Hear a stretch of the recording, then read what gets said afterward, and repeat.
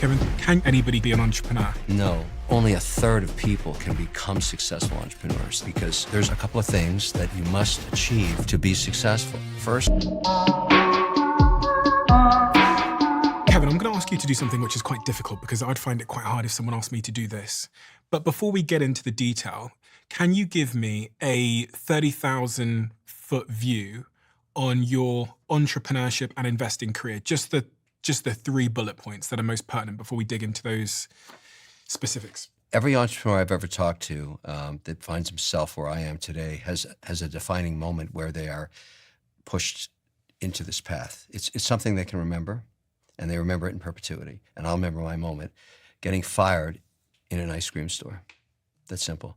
First day on the job, asked to serve and scoop ice cream, and I did that all day. But when people sample ice cream, they get a taster and they take their gum out and they throw it on the floor. Somebody's got to scrape the gum off the floor at the end of the day. I only took that job because I was very interested in a girl who was working in the shoe store, and I figured I could, hang out with her afterwards.